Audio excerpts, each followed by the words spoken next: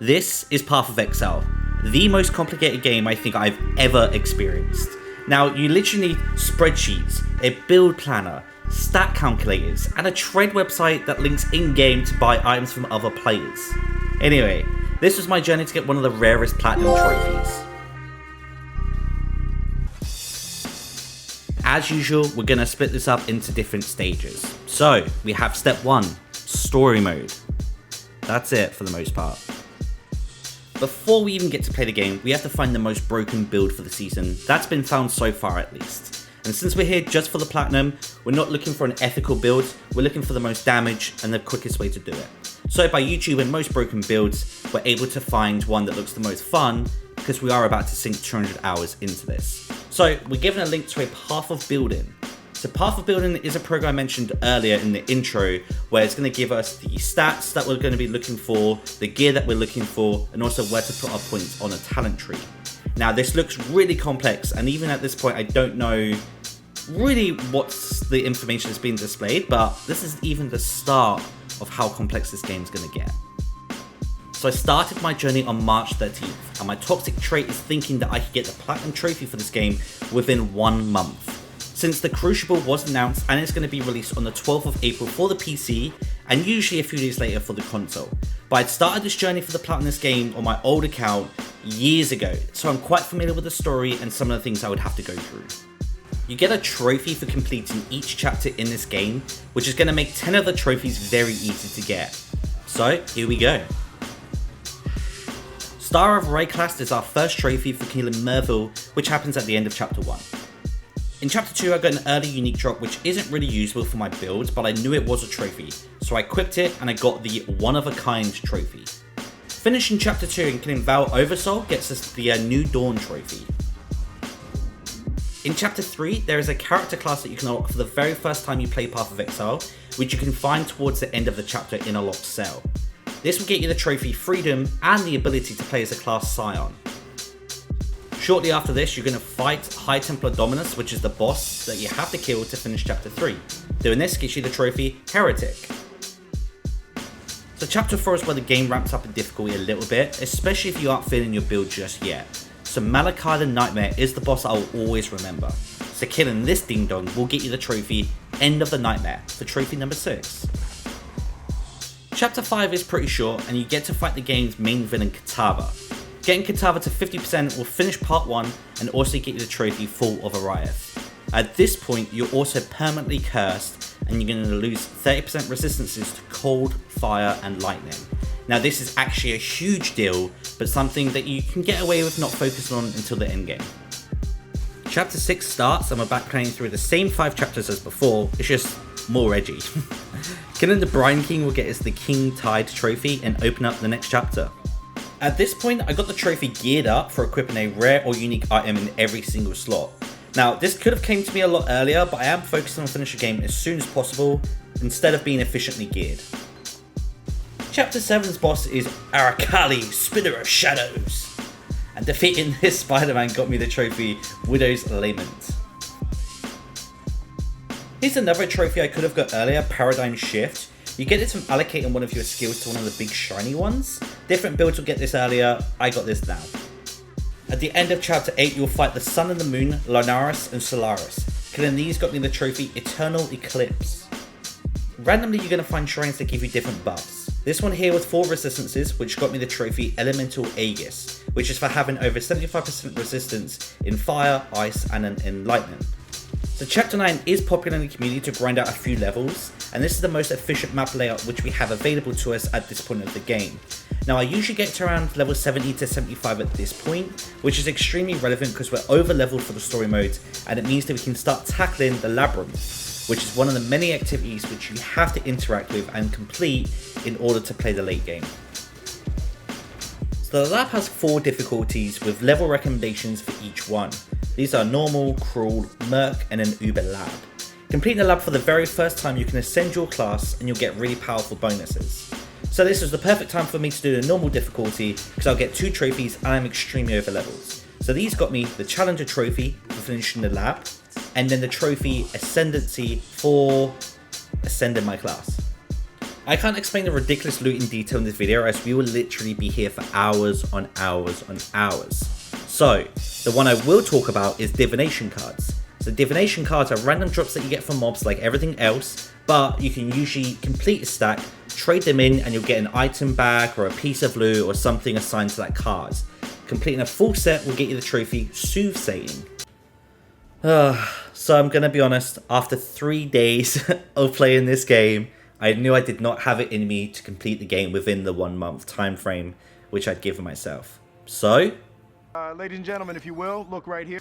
It is now April 16th, exactly 1 month after we'd given up. And now we're playing as a Necromancer, what I know. And now we're back to the trophies.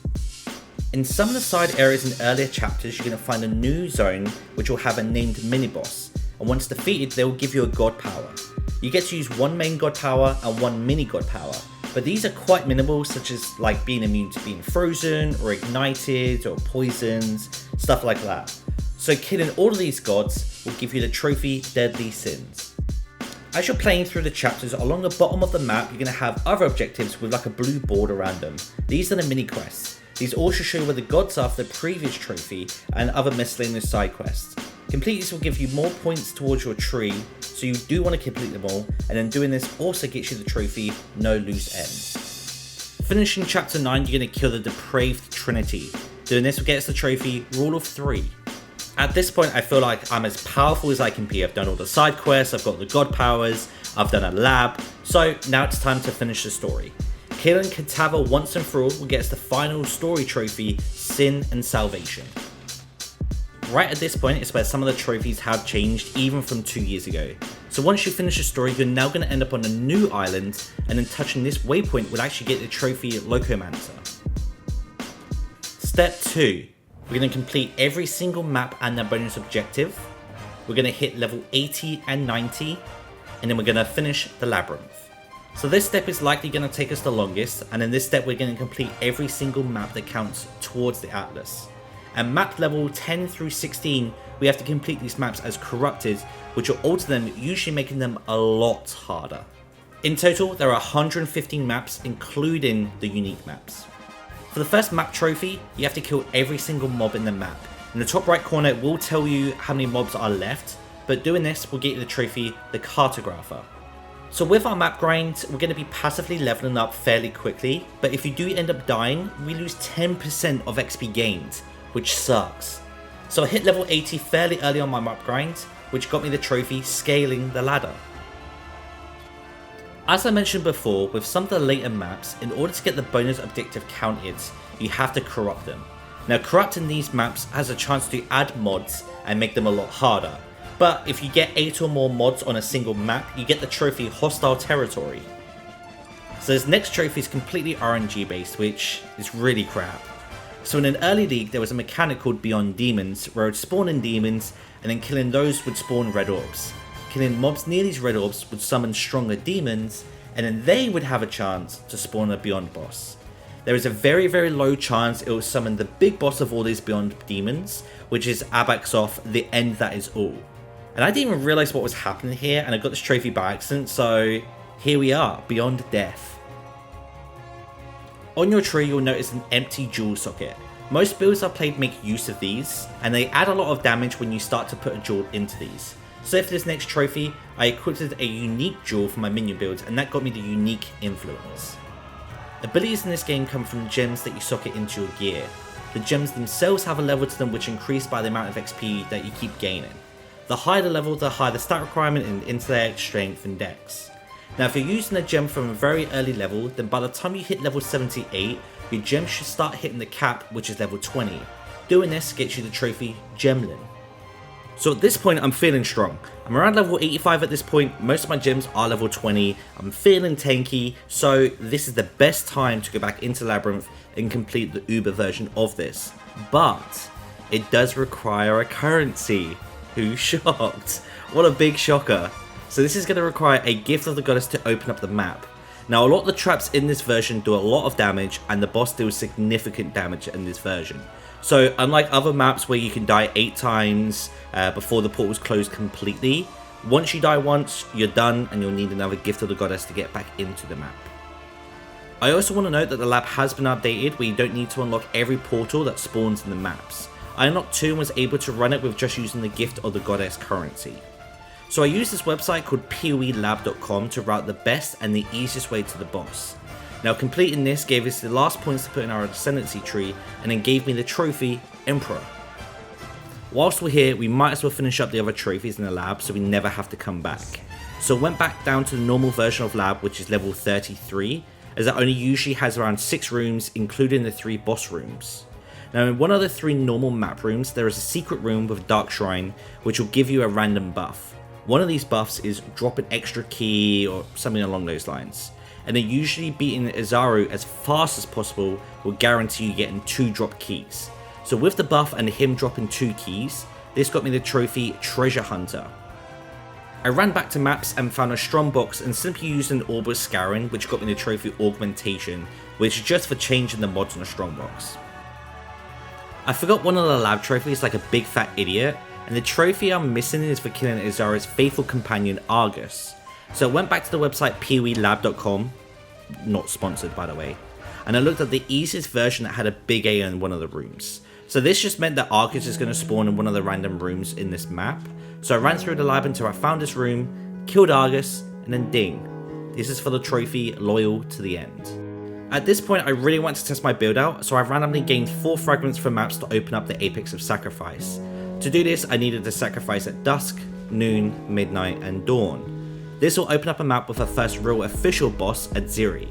This is really where mechanics of a boss fight really matters. For example, in a split phase, one of her clones reflect damage back to the player. Now killing her in this normal mode got me the trophy Full Clear Apex of Sacrifice.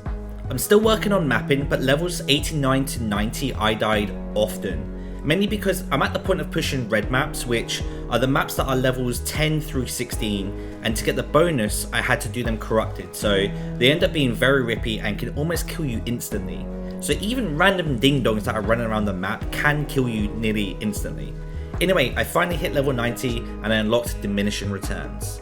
My chest piece, I really want to make a 6-link, which is going to make my Wraith Spectre do a lot more damage, which is my primary source of DPS. Now, there are a few factors that's going to make this a massive pain in the ass. So here we go. So by making my chest piece quality 20 by using armor scraps, doing this is going to increase my armor or the energy shields, but also is going to increase the odds of having better rolls on my stats, and also increasing the chance of getting my abilities to link 6 ways. So I started doing this with 1079 orb with fusings, which is a lot of money in this game. And prior to this, I think I put around 700 fusings, but anyway, I finally did it. I got my trophy well connected after over 1600 orb of fusings, which apparently is about average, but it feels like a massive middle finger. Whilst you're running maps, you're going to come across monsters that are imprisoned by essences. They kind of look like they're frozen in place. So defeating these monsters will drop the essences that are linked to these idiots. So to make this trophy a lot quicker, I purchased the Remnant of Corruption. Using this will corrupt the monsters, making them a lot harder, but also increase the drops. Killing these whilst corrupted got me the trophy Essence Corruption. We're finally getting somewhere after many hours of map running, dying, more maps, dying and more maps. I finally completed all 150 maps, including the unique maps which you need to get credit for. Doing this got me the trophy Atlas of the Worlds, which is at a wild 0.77 achieve rate out of 100,000 registered users. Wild.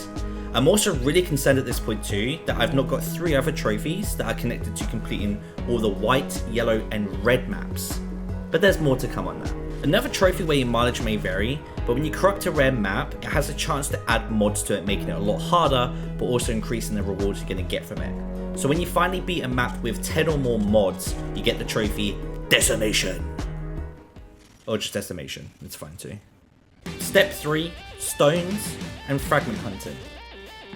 We're so close to finishing this absolute torture of a game that I can taste the 10 trophies left in my mouth, which is absolutely normal.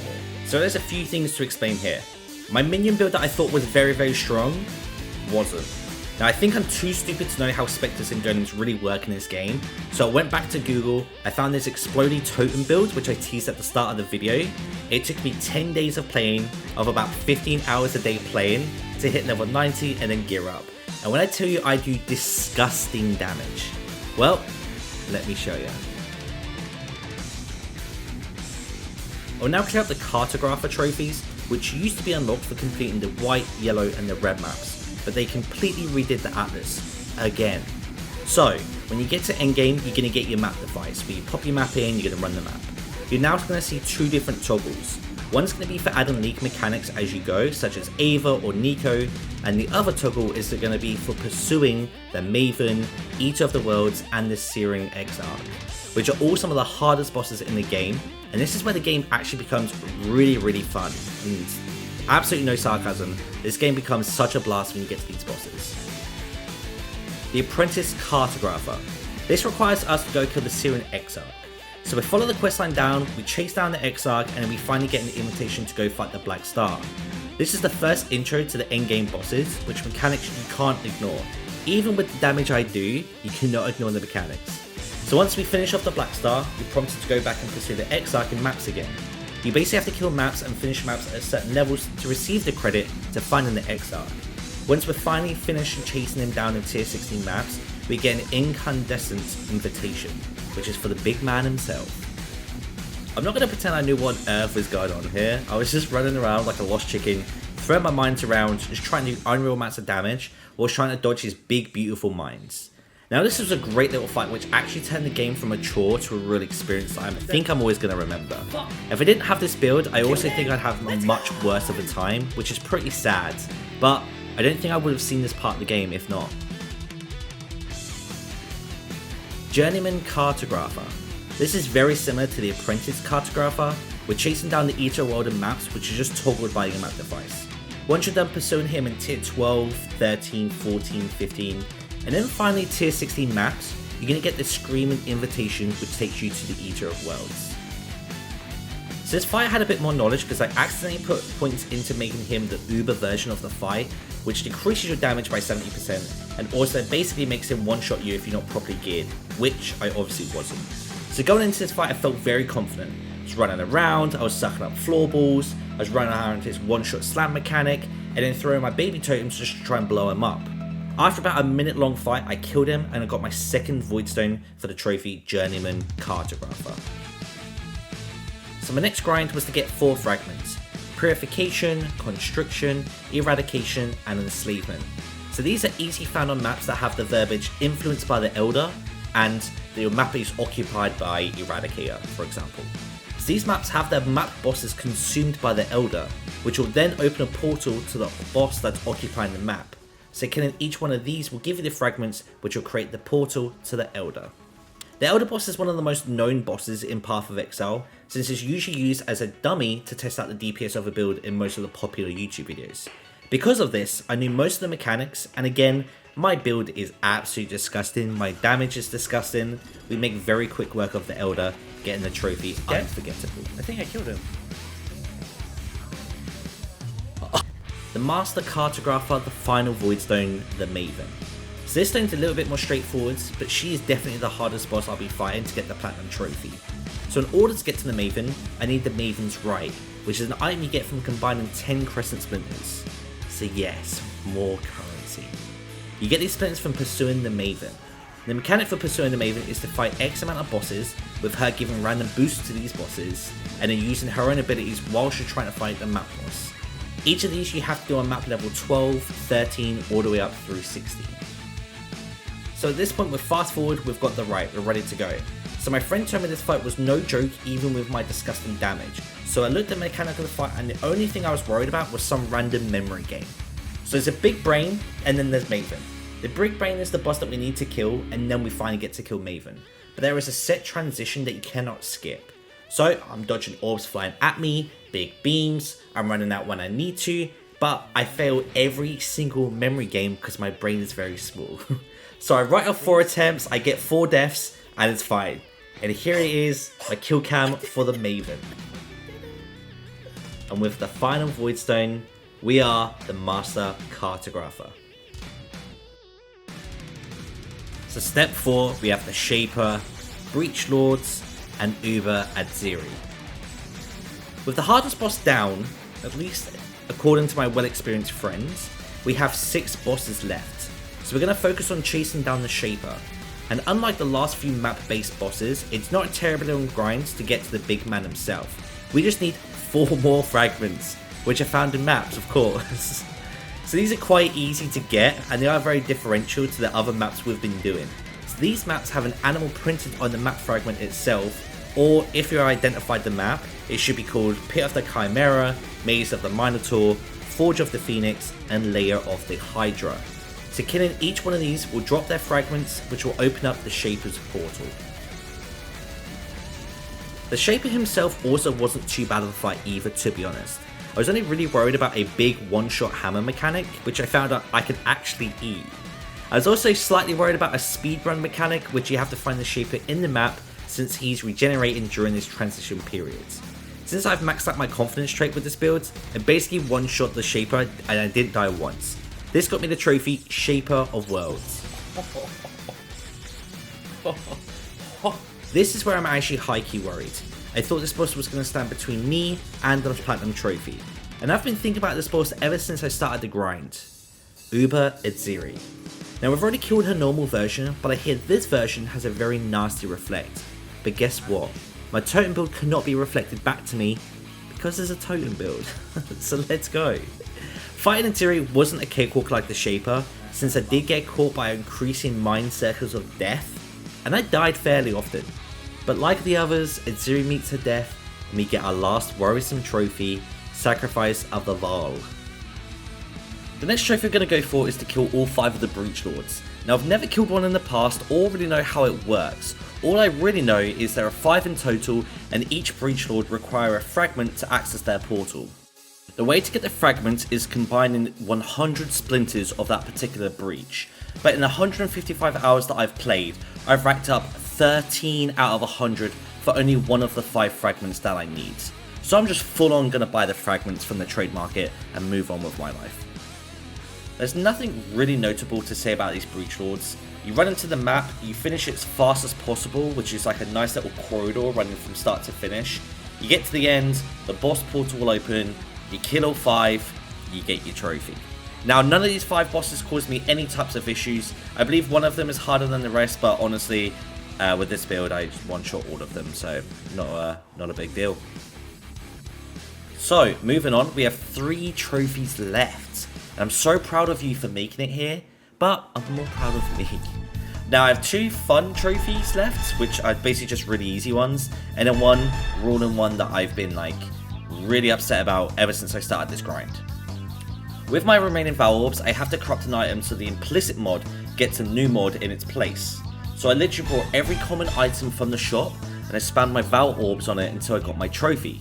Identity corruption for trophy number 45.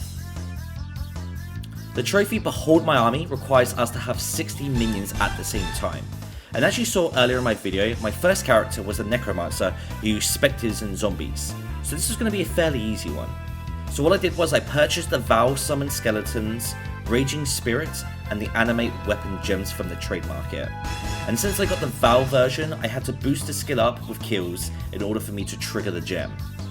So I just jumped into a random map, I killed a lot of mobs at the start, and then I just spammed my summon abilities. We had well over 80, and there we go. Behold my army.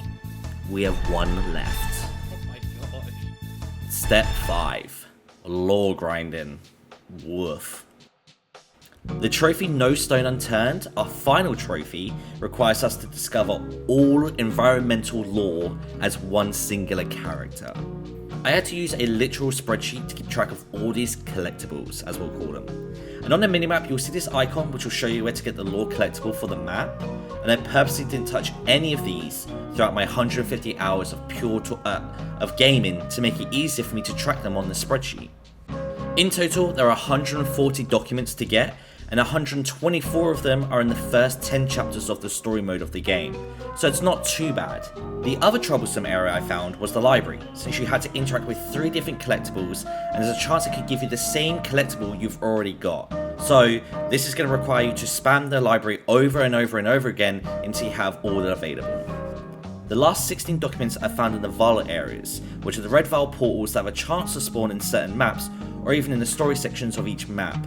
Now in the spreadsheet that I'm using, it tells you what map the Vaal portal can spawn in, so it required me to run the entire section of a map over and over and over again on different seeds until the portals appeared. And finally, after many hours of grinding, no stone unturned. And with that, we got our Platinum Trophy Completionist for Path of Exile. And this is sitting at a 0.57 completion rate out of 106,000 registered users on PSN profiles. So it's a proud one. I'm very proud of this one. I'm done. I'm actually done.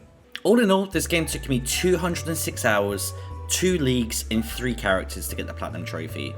Now, your mileage may vary. Hey, thanks for watching. Whilst you're here, do you fancy subscribing? Also, if you did like this video, you may like this next video.